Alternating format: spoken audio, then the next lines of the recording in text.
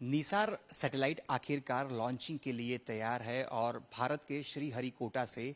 Nisar satellite का launching होने जा रहा है। बहुत ही चंद दिन अब इस लॉन्चिंग को बचे हैं, तो इसी निसार सैटेलाइट को लेकर हमारे साथ बातचीत करने के लिए स्पेस एप्लीकेशन सेंटर अहमदाबाद के डायरेक्टर डॉक्टर नीलेश देसाई जी मौजूद हैं। उन्हीं से बात करेंगे। सर, निसार सैटेलाइट जो कि न मात्र भारत का लेकिन नासा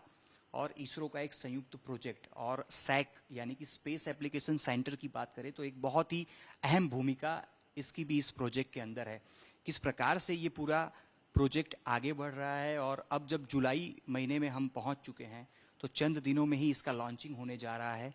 कब इसका लॉन्चिंग हो रहा है और इससे आने वाले दिनों में क्या मिलने जा रहा है भारत और समग्र विश्व को? जैसा कि आपने सही बताया कि ये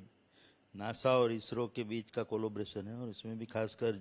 jet propulsion laboratory California America और अंतरिक्ष उपयोग केंद्र स्पेस एप्लीकेशन सेंटर अहमदाबाद के बीच का ये कोलैबोरेशन है रडार बनाने के लिए। तो ये रडार अभी पूरी तरह से तैयार हो चुका है, सैटेलाइट भी रेडी है और श्रीहरिकोटा भेज दिया गया है और हमें पूरी आशा है कि जुलाई मास के अंत तक इसका प्रक्षेपण हो जाएगा और उसके बाद हमको 1 से 3 महीने के अंदर इसके जो डेटा है वो भी मिलना शुरू हो जाएगा और उसके उपयोग भी शुरू हो जाएंगे। तो ये जो निसार प्रोग्राम जो है उसकी अगर आपको मैं पश्चात में ले जाऊं तो 2012 में जब इसरो ने और ये खास करके स्पेस एप्लीकेशन सेंटर अहमदाबाद अंतरिक्ष उपयोग केंद्र ने जो भारत का सबसे पहला एक्टिव रडार बनाया था जिसका नाम था RISAT-1 प्रोग्राम, तो रडार इमेजिंग सैटेलाइट, तो वो लॉन्च किया गया था 26 अप्रैल 2012 को। वो रडार बनाने में लगभग 12 साल लगे। 2000 की साल से ये रडार की डेवलपमेंट शुरू हो चुका था और 2012 26 अप्रैल को हमने उसका प्रक्षेपण किया और वो रडार ने लगभग 4.5 साल तक कार्य किया। तो उस रडार की सफलता के बाद नासा और JPL भारत आए, इसरो और स्पेस एप्लीकेशन सेंटर के साथ उन्होंने अपने विचार विमर्श शुरू किए और उनकी प्रपोजल ये थी कि उनके पास एक नई रडार तकनीक है। जो हमने जो बनाया था वो SAR टेक्निक पे आधारित था, सिंथेटिक एपर्चर रडार, और उनके पास एक नई तकनीक थी स्वीप SAR जिसका उन्होंने पेटेंट किया हुआ है। तो वो स्वीप SAR टेक्निक का उपयोग करते हुए वो रडार में कि जो कुछ थोड़ी बहुत खामियां रहती है कि रिजोल्यूशन और कवरेज एक साथ हमको नहीं मिल पाता है, कि अच्छा रिजोल्यूशन चाहे तो कवरेज कम हो जाएगा और ज़्यादा कवरेज चाहे तो रिजोल्यूशन कम हो जाएगा। तो ये त्रुटि को ओवरकम करते हुए उसका निरीक्षण ये करने के सॉल्यूशन के लिए उनके पास ये स्वीप SAR टेक्निक उन्होंने पेटेंट की थी और उनका जो प्रपोजल था वो ये था कि रडार वो लोग बना के लाएंगे स्वीप SAR रडार और भारत यानी कि इसरो उनको सैटेलाइट प्रोवाइड करेगा, उपग्रह प्रोवाइड करेगा और लॉन्च भी हमारे रॉकेट के GSLV के माध्यम से होगा और श्रीहरिकोटा से होगा। और ये डेटा जो आएगा रडार से वो डेटा हमारे साइंटिस्टों के लिए, वैज्ञानिकों के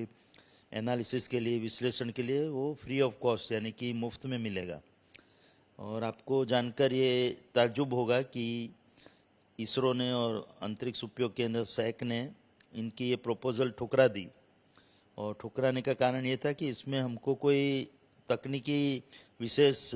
जानकारी या लाभ नहीं मिल रहा था, क्योंकि हम एक सर्विस प्रोवाइडर की तरह रह जाएंगे अगर ये उनकी प्रपोजल अगर एक्सेप्ट करते तो हमने उनको ना कहने की ज़रूरत की। नासा को और JPL को ना कहना भी एक हिम्मत की बात है, जैसा कि आपको विदित ही होगा। तो उसके बाद आगे विचार विमर्श शुरू हुए दोनों संस्थाओं के बीच में और उसके बाद ये निश्चित किया गया और दोनों इस बात पर एग्री हुए, इस बात पर सहमत हुए कि एक रडार अमेरिका की ओर से बनेगा यानी कि नासा और JPL बनाएंगे और दूसरा रडार यहाँ पे अंतरिक्ष उपयोग केंद्र सैक में बनेगा इसरो के द्वारा, और ये दोनों रडार जोड़ के हम संयुक्त रूप से उसका प्रक्षेपण करेंगे एक ही सैटेलाइट में। तो ये एग्रीमेंट पे जो 2012 से विचार विमर्श शुरू हो गए थे, 2014 तक ये पूरा प्रोग्राम फिक्स कर दिया गया और उस पर हस्ताक्षर किए गए, जो हमारी सहयोग की जो समझौता करार है उस पर हस्ताक्षर लगभग 2014 में हुए। और कार्य तो तकनीकी कार्य तो जैसा कि मैंने बताया 2012 से शुरू हो ही चुका था। तो ये रडार की कामगिरी दोनों संस्थाओं में शुरू हो गई, JPL में, जेट प्रोपल्शन लेबोरेटरी कैलिफोर्निया में, और इधर अंतरिक्ष उपयोग केंद्र अहमदाबाद में। और दोनों अपना अपना रडार तैयार करने लगे। और पहले आशा ये थी कि 2021 तक इसका लॉन्च कर दिया जाएगा, बट जैसा कि आपको पता ही है कि बीच में कोविड का समय आने से अमेरिका और भारत दोनों जगह पे काफ़ी उसमें बाधाएं पड़ी, और उस कारण थोड़ा उस प्रोग्राम में थोड़ा देरी हुई है। बट अभी ये सैटेलाइट पूरी तरह से तैयार हो चुका है। अगर हम बात करें तो हमारे सामने एक मॉडल भी यहाँ पड़ा है, अगर इस मॉडल को आप समझा पाए, क्योंकि इसरो और नासा संयुक्त रूप से इस प्रोजेक्ट को आगे बढ़ा रहे हैं। स्पेस एप्लीकेशन सेंटर अहमदाबाद, यानी कि जहाँ हम बैठकर अभी फिलहाल बात कर रहे हैं, इसका एक अहम योगदान है। किस तरह का सैक का किस तरह का योगदान है, और ये मॉडल अगर आप इसको समझा पाएँ कि किस तरह से ये आने वाले दिनों में काम करेगा, और क्या रिजल्ट आने वाले दिनों में न मात्र भारत लेकिन पूरे विश्व को मिलने जा रहे हैं। तो जैसा कि आप देख रहे हैं, ये मॉडल NISR का मॉडल है, स्केल डाउन वर्जन है उसका। तो ये ऊपर जो दिख रहा है हमको राउंड कलर का, अनफर्लेबल एंटेना बोलते हैं उसको। तो ये 12 मीटर डायमीटर है उसका, और गोल्ड मैश उस पर लगा हुआ है। तो ये 12 मीटर डायमीटर का एंटेना है, जो कि अमेरिका में बना है एस्ट्रो कंपनी के द्वारा। और उसको लगाने के लिए जो एक बूम टाइप है, वो भी 12 मीटर का बूम है। और यहाँ जो देख रहे हैं आप, ये रडार है जो L बैंड रडार JPL ने बनाया है अमेरिका में, और S बैंड रडार जो अंतरिक्ष उपयोग केंद्र SAC ने यहाँ पे अहमदाबाद में बनाया है। तो वो दोनों रडार जोड़ के एक संयुक्त रडार सिस्टम है। और पीछे जो दिख रहा है कि सैटेलाइट, तो ये सैटेलाइट और इसकी ये सोलर पैनल है। तो ये सैटेलाइट और उसके साथ ये रडार को जोड़ दिया गया, और उसके साथ ये एंटेना जुड़ी हुई है। तो जब ये डिप्लॉय होगा स्पेस में तो इस तरह से दिखेगा, और जब उसको लॉन्च करेंगे तब ये एंटेना मोड़ दिया जाएगा, और स्टोर्ड कंडीशन में ये पूरा सैटेलाइट हमारे GSLV Mark II launch vehicle के अंदर, रॉकेट के अंदर ये रखा जाएगा ऊपर, और उसको फिर लॉन्च किया जाएगा। तो इस प्रकार से ये कहा जाता है कि विश्व का अब तक का सबसे महंगा सैटेलाइट है, रडार सैटेलाइट, जिसकी कुल लागत लगभग 13,000 करोड़ के करीब है। इससे क्या परिणाम मिलेंगे, क्योंकि हम पृथ्वी की सतह को सीधे तरीके से कहें तो उसको ऑब्जर्व करेंगे, डेटा जो रिसीव होगा वो पृथ्वी की सतह का रिसीव होगा। कहा जा रहा है कि भूकंप हो या भूस्खलन हो, इसकी जानकारियां भविष्य में मिल पाएंगी, इस प्रकार की बातें सामने आ रही है, उस पर थोड़ा सा प्रकाश डालिए। तो जैसा कि ये रडार की उत्पत्ति हुई थी स्वीपसार टेक्नोलॉजी के द्वारा, और उसका मुख्य उद्देश्य ये था कि इसका उपयोग करते हुए जो लैंड डिफॉर्मेशन स्टडी है, भूस्खलन और उसके संलग्न अन्य जो अभ्यास करने हैं हमारे वैज्ञानिकों को, तो उसके लिए प्राइमरी रूप से ये बना है L and S band radar, जिसका इंटरफेरोमेट्री मोड कहते हैं। उसके द्वारा हमको सेंटीमीटर और मिलीमीटर लेवल तक रिजोल्यूशन मिल पाएगा इंटरफेरोमेट्रिक स्टडी से। और इसका स्टडी करके जो पृथ्वी की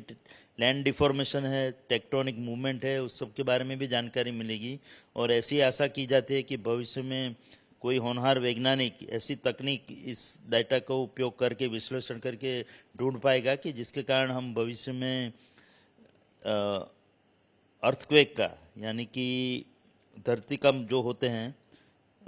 उसके पृथ्वी के कंपन का भी अभ्यास कर पाएगा, और उसके बारे में प्रेडिक्शन कर पाएगा कि एडवांस में हमको बता पाएगा कि भूकंप आने की शक्यताएं कितनी है, और कि यहाँ पे भूकंप आने की बहुत ही अधिक संभावना है। आज जैसा कि आपको विदित है, हमारे जो मौसम सैटेलाइट है, वेदर सैटेलाइट, उनके द्वारा हम साइक्लोन और उसकी उत्पत्ति के बारे में पहले से ही जानकारी हमको मिल जाती है, लगभग 12 से 15 दिन पहले। और साइक्लोन की मूवमेंट के बारे में भी लोगों को पता लग जाता है और उसकी आगाही की जाती है। बट अर्थक्वेक के बारे में, यानी कि भूकंप के बारे में अभी तक कोई भी विश्वासपूर्वक ये जानकारी नहीं दे पाता है एडवांस में कि भूकंप आएगा ही जरूर से, और इतने लेवल का आएगा और किस तरह से उसके कारण उसके इम्प्लीकेशन हो सकते हैं। तो ये सब जानकारियाँ ऐसा अनुमान किया जाता है कि ये जो डेटा आएगा L and S band data, और उसमें उसकी जो संभावनाएं हैं अलग अलग प्रकार की इंटरफेरोमेट्रिक स्टडी के कारण, तो उसके कारण भविष्य में हमको एक दिशा मिलेगी कि भूकंप की जानकारी तो मिलेगी, उसके साथ साथ भूकंप के बारे में हम आगाही पहले से ही कर पाए, उस दिशा में भी कुछ प्रयत्न हो सकते हैं, उसमें लोगों की महारत हासिल हो सकती है। तो इस कारण से ये सैटेलाइट या ये उपग्रह की उपयोगिता और उसके कारण उसने काफ़ी उत्सुकता जागृत की है हमारी वैज्ञानिक कम्युनिटी में, न केवल भारत और अमेरिका में बट पूरे विश्व भर के वैज्ञानिक बहुत ही आतुरतापूर्वक इस सैटेलाइट के लॉन्च होने की राह देख रहे हैं। सर, ये भी जानना चाहेंगे कि सैक का तो बहुत महत्वपूर्ण रडार बनाने को लेकर अपना एक योगदान है, लेकिन जब ये जीएसएलवी से एक बार लॉन्च किया जाएगा अंतरिक्ष में या पृथ्वी की जब ये परिभ्रमण ये शुरू करेगा, ये कब से अपना वर्क शुरू करेगा? एक बार लॉन्च करने के बाद डेटा जो रिसीव होगा वो कितने समय बाद से रिसीव होगा, और इसका जो एक आयु हम अगर कहें तो आयु भी क्या रहेगी इसकी? तो जैसा कि मैंने बताया कि ऐसी अपेक्षा है कि ये जुलाई मास के अंत तक ये उपग्रह का परीक्षण किया जाएगा जीएसएलवी मार्क 2 रॉकेट के द्वारा श्रीहरिकोटा से। उसके बाद पहले तो सोलर पैनल डिप्लॉय होंगे जिससे कि इलेक्ट्रिसिटी उत्पन्न हो, सैटेलाइट के लिए पावर जनरेट हो। उसके बाद एंटेना जो आपको दिख रहा है ये जो स्टोर कंडीशन में है वो डिप्लॉय किया जाएगा, और एंटेना डिप्लॉय होने के बाद उसका थोड़ा परीक्षण किया जाएगा जब वो पृथ्वी के आजू बाजू घूम रहा है। सुबह 2 बार भारत में वो दिखेगा सैटेलाइट, और 2 बार शाम को या रात को भी दिखेगा। तो और बाकी समय पर पृथ्वी के अन्य भागों पर अपना परिभ्रमण करता रहेगा। तो पहले तो एंटेना का कैलिब्रेशन होगा, उसके बाद पूरे जो रडार इंस्ट्रूमेंट है दोनों एल बैंड और एस बैंड, उसका परीक्षण भारत और अमेरिका नासा के वैज्ञानिक, जेपीएल के वैज्ञानिक, भारत में स्पेस एप्लीकेशन सेंटर अंतरिक्ष उपयोग केंद्र के वैज्ञानिक मिलके ये रडार का पूरा कैलिब्रेशन और कैरेक्टराइजेशन इन ऑर्बिट में करेंगे। और ऐसी आशा की जाती है कि लगभग 1 महीने से लेकर 3 महीने के अंदर ये रडार पूरी तरह से ऑपरेशनल होने के लिए तैयार हो जाएगा। उसके बाद इसकी घोषणा की जाएगी कि इसको ऑपरेशनल डिक्लेयर किया जाएगा दोनों देशों में, और उसके बाद वो डेटा देना शुरू कर देगा। और ये डेटा जैसा कि मैंने बताया भारत में भी उपलब्ध रहेगा और अमेरिका में भी उपलब्ध रहेगा, तो दोनों देशों के वैज्ञानिक इसका लाभ ले पाएंगे। और उसके बाद ये डेटा पूरे विश्व भर के वैज्ञानिकों के लिए भी फ्रीली अवेलेबल होगा। तो इस कारण से जैसे कि मैंने बताया कि कई प्रकार के उपयोग यानी कि एप्लीकेशन के बारे में उसकी उत्सुकता जगाई है, खास करके लैंड डिफॉर्मेशन स्टडी, भूस्खलन, उसके संलग्न जो पहलू है, और भूकंप के बारे में भविष्य में कोई आगाही कर पाएगा नई तकनीक खोज करके, और इसके साथ साथ ग्लेशियर और क्रायोस्फीयर रिलेटेड स्टडी करने में, पृथ्वी के वातावरण, इकोसिस्टम और एनवायरनमेंट चेंजेस के बारे में स्टडी करने में। तो इस तरह से कुल रूप से लैंड रिलेटेड अनेक प्रकार के उपयोग में इसकी कामगिरी सिद्ध होगी। और ऐसी आशा की जाती है जैसा कि मैंने बताया कि विश्व भर के वैज्ञानिक बड़ी उत्सुकतापूर्वक ये जो विश्व के सबसे महंगे रडार सैटेलाइट जो कि स्वीपसैट तकनीक के आधार पर बना है उसकी राह देख रहे हैं, उससे डेटा आने की राह देख रहे हैं। और जैसा कि मैंने बताया कि अब तक का संभवित सबसे महंगा रडार सैटेलाइट माना जाता है, जिसकी अंदाजित जो कीमत है लगभग 13,000 करोड़ के करीब होगी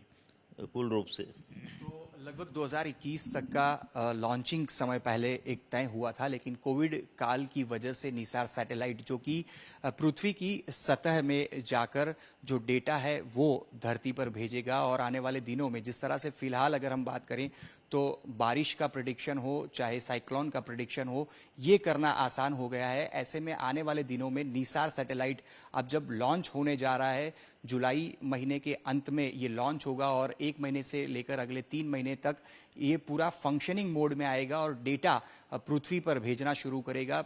भारत या अमेरिका समेत देशों में इसके डेटा उपलब्ध होंगे। उसके बाद जिस प्रकार से एक उम्मीद जगी हुई है कि आने वाले दिनों में चाहे भूस्खलन की बात हो चाहे भूकंप की बात हो, इसके भी प्रिडिक्शन किए जा सकेंगे। और अब तक का ये सबसे महंगा सैटेलाइट यानी कि 13,000 करोड़ का जो खर्च है इस सैटेलाइट को लॉन्चिंग करते वक्त तक होने जा रहा है। और खास करके ये पूरा जो प्रोजेक्ट है ना सिर्फ इसरो लेकिन नासा भी इसरो के साथ मिलकर आगे बढ़ा रही है, जिसमें सैक यानी कि स्पेस एप्लीकेशन सेंटर अहमदाबाद की तरफ से एक रडार जो है वो तैयार किया गया है। कैमरा पर्सन जयमीन रावल के साथ अतुल तिवारी, आज तक, अहमदाबाद।